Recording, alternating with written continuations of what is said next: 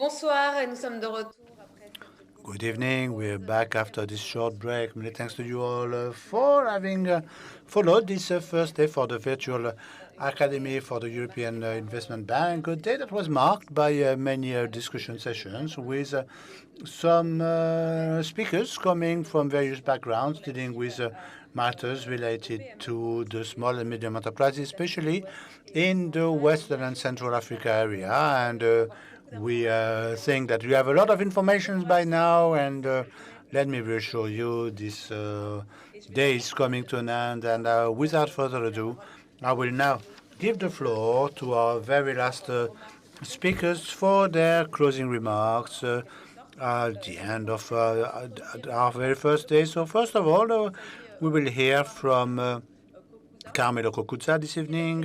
She's at the moment head of corporate unit at the headquarters of the European Investment Bank in Luxembourg, covering investments in Africa, Asia, and Latin America. He has a license, a master's from the University of Milan. He's also student of the business schools of Oxford University, and Mr. Kokuza has more than 26 years in financing development at the EIB and also at the African Development Bank, and head of a corporate unit for the EIB for Austral Africa and also for Eastern Africa in Nairobi in Kenya from 2004 to 2009. I'm happy to give you the floor for your closing remarks. Carmelo? Many thanks, Anna. I'm absolutely delighted to be one of the last speakers to give a little summary of how the day went. As you stated, we had many speakers, many participants, many ideas were expressed on different sectors, so it's very difficult to retain everything that was mentioned, but I will try to give you a small summary, a small overview, so that we can basically keep in mind the main messages that we have mentioned during this very first day of this virtual academy. First of all, we have started the day with our opening panel.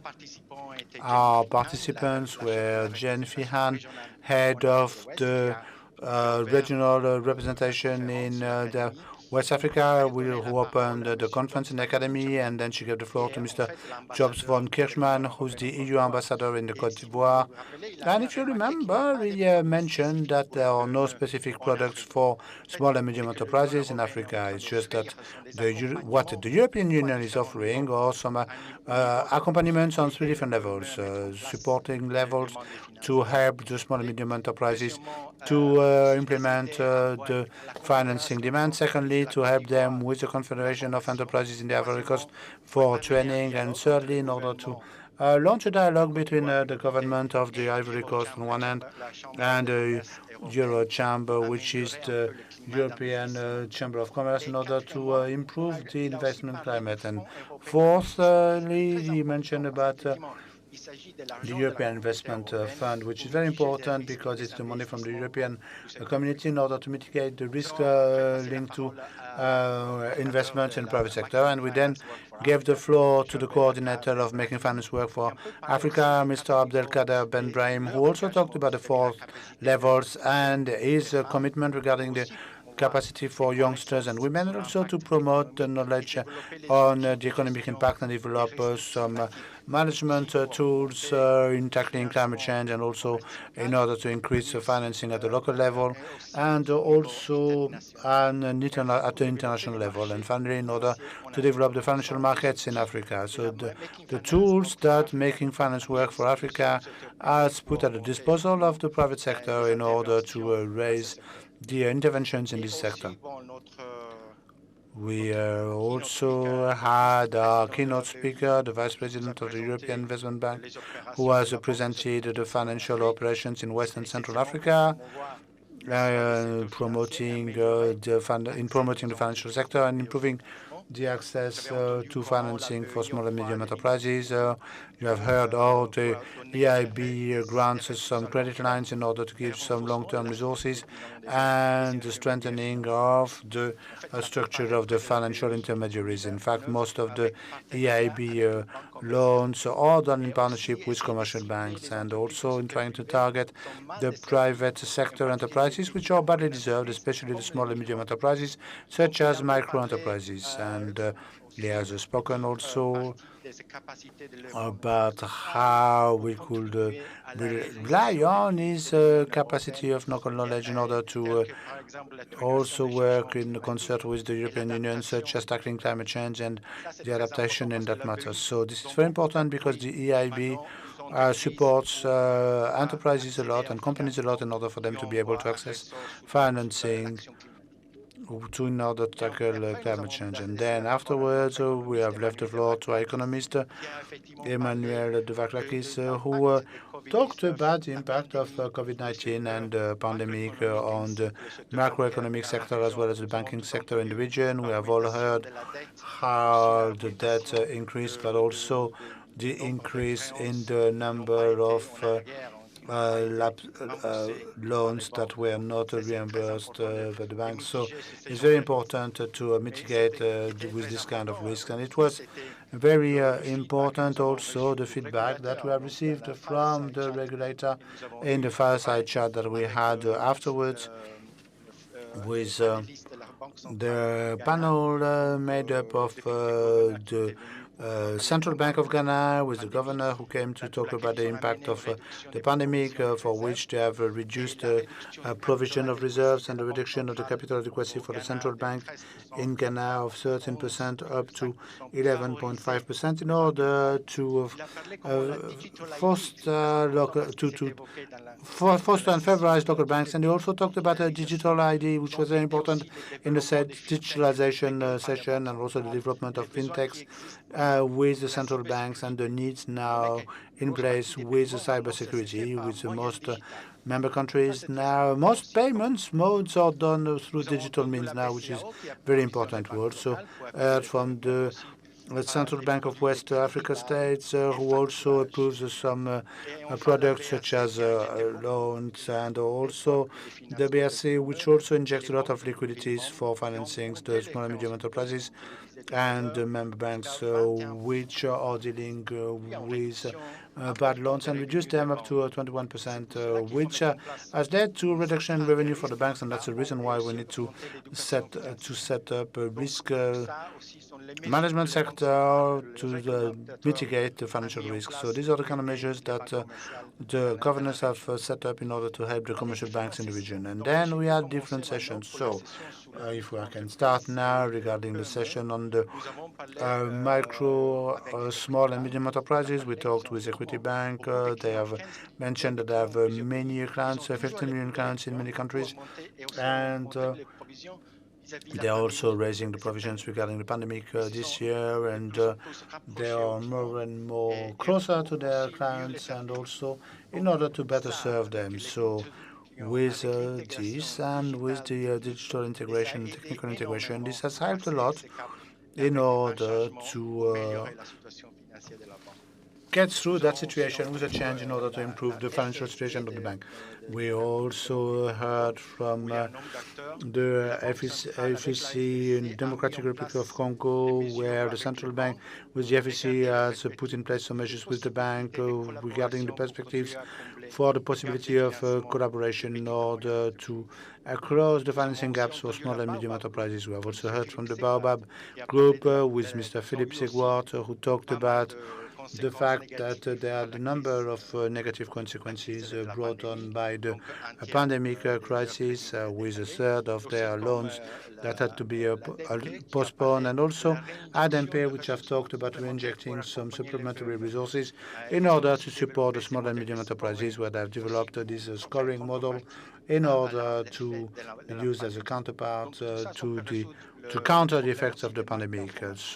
And also to solve the problem regarding the lack of information. And then we went to another panel, which was green finance. It was very interesting because this is linked to the priorities that we have here in the European Union Union, for which we have also spoken about some specific products in order to help the enterprises in their investments in the climate area. So we've heard from the African Guarantee Fund telling us how the banks reacted to this African Guarantee Fund for green finance, which is a clean energy technology and clean power generation with an access for agriculture and natural resources regarding green services. So all of these are investments that are undertaken in order to counter the climate impacts with the facilitation in terms of microfinance with a guarantee of $2.5 million and also the technical assistance. So it's important to see how these guarantee funds constitute an important lever, because they talked about $30 million in guarantees to grant 200 million loans for 50 small and medium enterprises, enabling to produce 51 megawatts of new green energy. We have also heard about the SECO talking about the green energy and microfinance, and also with the banking for solar panels, and also African Trade Insurance Agency, with many questions asked. Why didn't we have this knowledge? Why don't we know how the guarantees can help in financing the small and medium enterprises? So within the African Trade Insurance Agency, ATI, what they have implemented is that they have helped to the production of solar energy with a facility of $1 billion, for which they have also approved the support of a project to electoral count in Kenya, and also in Malawi and in Zambia. And finally, EcoBank addressed us on the specific project, and it was very interesting to know what they do regarding the collection and recycling of waste, which is a ECOWAS program with the new fridges with a $100 million program, and they also have a program for the production of solar panels. This is very important, and we have really followed the motto, which is green finance is good for business. So green finance is really good for business. So I will now quickly cover GenderLens, which is something that told us about how we could increase the support to women entrepreneurs, where we heard the Lady First initiative promised by World Bank with SFE to finance women entrepreneurs and to support them with training and management capacity. We have also heard how Baobab also has introduced some products in the rural areas and also for the most vulnerable populations, where they have already 25,000 women benefiting from these products. And therefore, all of this also when talking also with EcoBank, who have a program called Elevate. It's very important because they have several criteria, several eligibility criteria for these programs, notably the interest-taking participation, taking part in the administration board, and number of women employees, and all these members can benefit from reduction in their interest rate, and they also don't need that strong collateral, and they can also have access to digital services. So it's very important for them to grant some loans, and they have at their disposal $60 million in loans for this program, and they have several partners such as MasterCard Foundation in order to reduce the interest rate. So this was very important to know this. And now we reached towards the end of this afternoon. We reached the fact that we talked a very important project here for the decision of in terms of microfinance, which is the digitalization. So we heard from the digitalization panel the fact that we have a digitalization going ahead with the commercial banks, where we were told that there are different trends. We heard from Deloitte Tunisia that there are different tools such as Africa Pay, which are now available, which was not the case before, and they are now available for the banks. And they're also trying to support fintech. And then the second trend, they talked about the digital transformation of banks, which has been accelerated by the current pandemic. And as the third trend, they have noticed that there is an increase in digital ID, digital identification of persons, which enable to promote the financial inclusion for clients. And the fourth trend is the interoperability for systems to facilitate the service and the digital payments. And we've heard of Société Générale in Cameroon is implementing all of this, and they already have 6,000 mobile wallet holders amongst their clients, which is very important. So therefore, they have increased their offer, and they are also increasing the digital tools in order to help the implementation of the credit for their client base. And also with FNP from the Democratic Republic of Congo, we heard that the digital transformation in Congo, and especially of the central bank as a regulator of local banks, as well as the telecom operators, met with a lot of success, which is a very good thing in order to cover some parts of the country for financial inclusion for some people in this country. So, to summarize everything that we have developed, I just wanted to thank you for your presence with us, for following this academy, but I also wanted to quickly address you about this program that was mentioned by our Vice President Fayol this morning, which is the training that we have online with the International Monetary Fund, which as a help for the banking development, finance development, and financial inclusion. That is available to our participants freely, with the possibility to obtain at the end of that training course a certificate. And we now have a video that we will show you as to how you can get access to this training course. Many thanks.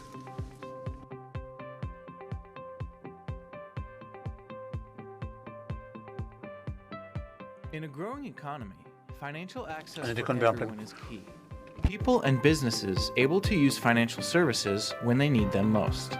Higher rates of financial inclusion and financial market development mean more prosperous societies. But how to make it all happen? A new online course developed by the IMF in collaboration with the European Investment Bank is a great start. Our course outlines common ways countries develop robust financial sectors, from banks to equity markets. We'll teach you how to read indicators that gauge financial development and financial inclusion, and how to measure its distinct macroeconomic impact. And you'll understand the relationship between financial inclusion and banks and capital markets, small and medium-sized enterprises, households, and the fast-changing world of fintech. Plus, we'll explore what policies and strategies are best to encourage financial development while also limiting risks. Join us to learn how financial sectors can be more expansive and more inclusive.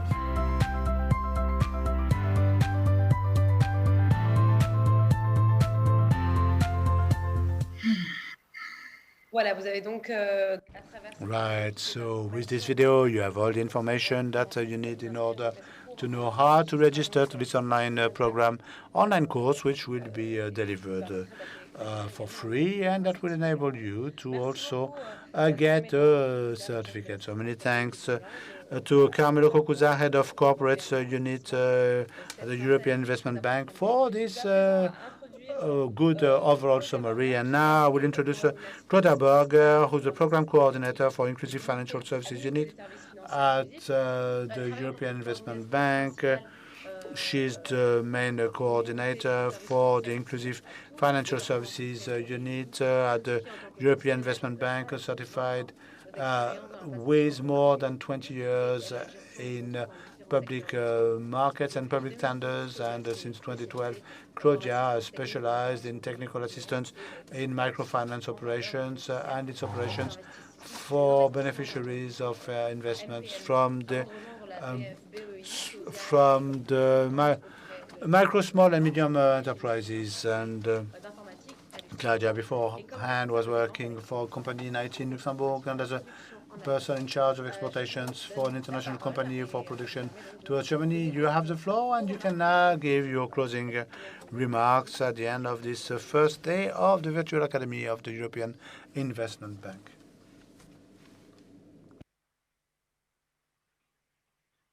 Bonsoir, mesdames. Good evening, dear ladies and dear gentlemen.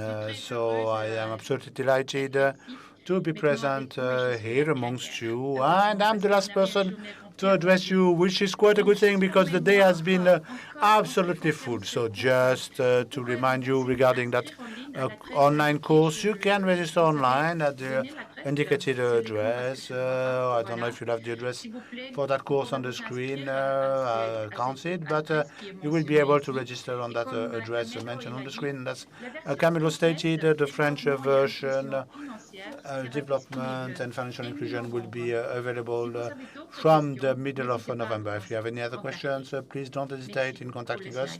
Many thanks for the slide, and I want to thank my colleague Carmelo for this comprehensive summary of the key points of the day we had together. It was a full day, and I hope that you will approve this too. Maybe you can add a few points here and there for yourself. But in any case, we had a lot of information that we must digest now. And please forgive me, but I cannot see the slide on the screen right now. Okay, many thanks. So, after the full and complete day, I am delighted to come with an enjoyable day to close the day one of the Academy. As I mentioned many times, today was the very first Academy in this region of Africa, and also especially the first virtual Academy on a personal invitation. We have noticed an interest that was much greater than expected, as Jen has already mentioned this morning. With the last-minute registrations, we had more than 1,000 registered participants, of which 70% of participants come from financial institutions and regulators from the two regions in question. But as we all know, being registered does not mean being connected, and in the virtual mode, the maximum number of participants throughout the different sessions. When we look at the figures and at the numbers, I'm absolutely delighted to see that we had, on average, more than 200, sometimes more than 200 participants per panel, with a maximum of 617 active participants this morning. We have not met any major technical problems, and I was especially fascinated by the excellent bilingual panels with the simultaneous interpretation. It was quite a challenge, and it was overcome well. So on that note, I want to thank our specific thanks for all of those who took part in organizing this event. So now if we can remove the slide. So it's the consultant and the IPC consortium and its partners who said EOCD, European Institution for Cooperation and Development, our partner in Abidjan, Making Finance Work for Africa, and the society responsible for the society company DMG for the technical part of the event. My great thanks for your efforts, and Dirk de Weidik, the director for the IPC program, and to our team, and she will address you more completely tomorrow. We also want to thank all of our speakers and the moderators, as well as all our colleagues from the AIB in the background, as well as the European Union, our main donor for our technical assistance program dedicated to the financial institutions and to the end beneficiaries, the small and medium enterprises, which are being implemented at the moment in the two regions. And without leaving you aside, dear partners and dear friends, this will not have taken place. So many thanks for coming here in huge numbers and for staying with us until the end of day one. So at the end of the second day tomorrow, we will have a poll on regarding the Academy, and I will ask you to complete it, please, because your opinion matters a lot to us. So now,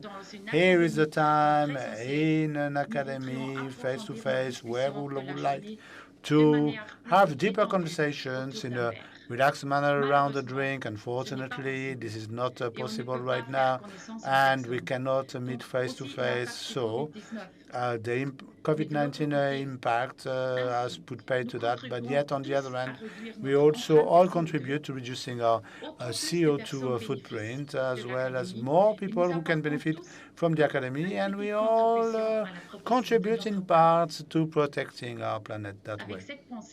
On that note, I'm coming to the end of my closing notes, and we will be absolutely delighted to see you all again tomorrow for the opening of Day 2 of the Academy through our Head of Regional Representation for Africa and for Central Africa, Mr. Nikos Milianikis, and His Excellency Madame Rosario Bento Pais, Ambassador of the European Union in Gabon, as well as some international and regional experts to share their experiences with you on some hot topics. Before giving the floor back to Hanan, once again, my congratulations for our charming moderator who has guided us well throughout the day. Please enjoy the rest of the day and see you tomorrow. The floor is yours, Hanan. Many thanks. Many thanks once again, Claudia Berger, for this conclusion, for this closing speech, and for thanking all the people involved in the organizing of this event. And as you have said, the backstage, such as the speakers that we've heard throughout the day. Many thanks also for reminding us about the opportunity that this virtual academy presents and all the positive aspects of this virtual academy online.